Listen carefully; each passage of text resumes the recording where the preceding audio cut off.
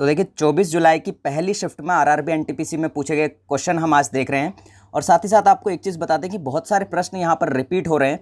तो जो भी प्रश्न पिछले एग्जाम्स में पूछे गए उन्हें आप ज़रूर पढ़कर जाइए, क्योंकि पिछली 6 फेज़ में जो एग्जाम हुआ है वहाँ से भी प्रश्न यहाँ रिपीट हो रहे हैं।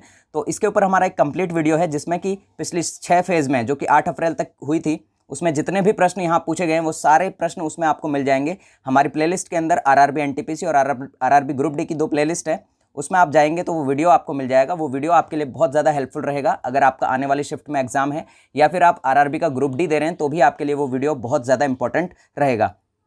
आज कौन कौन से प्रश्न पूछे गए वो देख लेते हैं। तो विश्व भारती विश्वविद्यालय की स्थापना किसने की? तो रविंद्रनाथ टैगोर ने की। अगला प्रश्न है कि कमरे के ताप पर कौन सी गैस वाष्पित हो जाती है? तो क्लोरीन। अगला प्रश्न पूछा गया दादा साहब फाल्के पुरस्कार किस क्षेत्र में दिया जाता है? तो फिल्म के क्षेत्र में दिया जाता है।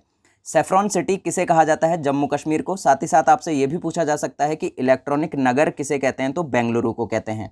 अगला प्रश्न पूछा गया कि भारत में मतदाता दिवस कब मनाया जाता है? तो 25 जनवरी को मनाया जाता है।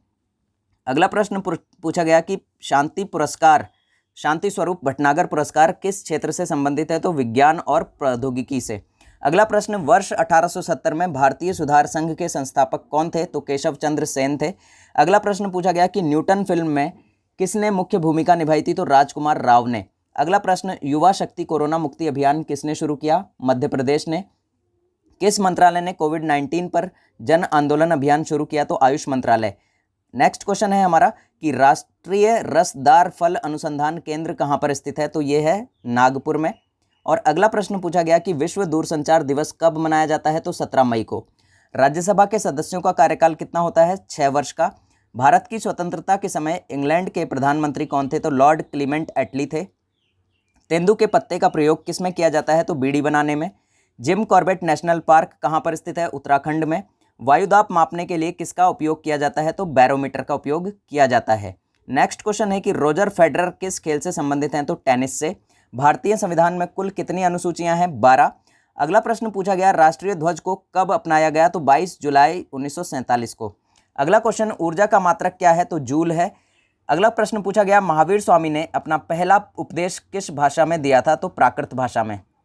नेक्स्ट क्वेश्चन है झारखंड राज्य का निर्माण किस वर्ष हुआ? तो 15 नवंबर सन 2000 को। और यहाँ पर राज्यों की राजधानी, मुख्यमंत्री और राज्यपाल से बहुत सारे प्रश्न पूछे जा रहे हैं, तो उस पर हमारा एक कंप्लीट वीडियो है, उसे भी आप देखकर जाइएगा, बहुत ज़्यादा हेल्पफुल आपके लिए रहेगा। यहाँ राजधानी की बात करें तो झारखंड की राजधानी रांची है और मुख्यमंत्री हैं हेमंत सोरेन और राज्यपाल हैं द्रौपदी मुर्मू। अगला प्रश्न जो पूछा गया है OECD का मुख्यालय कहाँ पर है? तो इसका मुख्यालय है पेरिस, फ्रांस के अंदर। और अध्यक्ष भी आपसे पूछा जा सकता है, तो जॉस एंजल गुरिया इसके अध्यक्ष हैं और इसकी फुल फॉर्म जो है OECD, organisation for economic cooperation and development. Next question है प्रथम भारतीय महिला मिस यूनिवर्स कौन बनी थी? तो सुष्मिता सेन।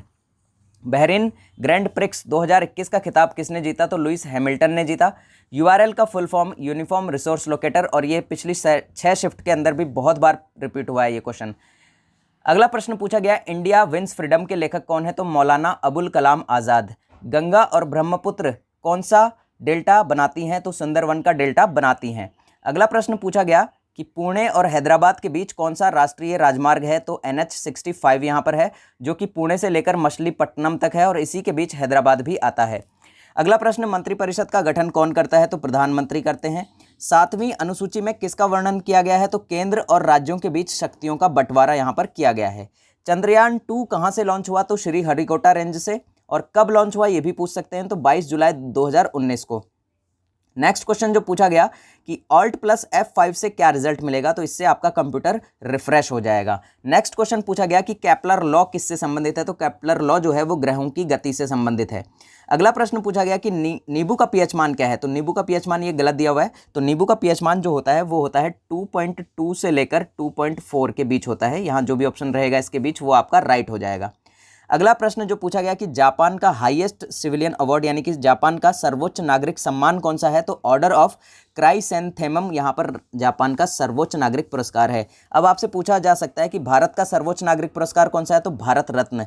अब यहाँ पर हाल ही में दिलीप कुमार जी की मृत्यु हुई थी, तो वहाँ से भी एक प्रश्न पूछा जा सकता है कि क्योंकि दिलीप कुमार जी को पाकिस्तान का सर्वोच्च नागरिक पुरस्कार दिया गया था, तो यहाँ पूछा जा सकता है कि पाकिस्तान का सर्वोच्च नागरिक पुरस्कार क्या है? तो पाकिस्तान का सर्वोच्च नागरिक पुरस्कार जो है वो है निशाने इम्तियाज़।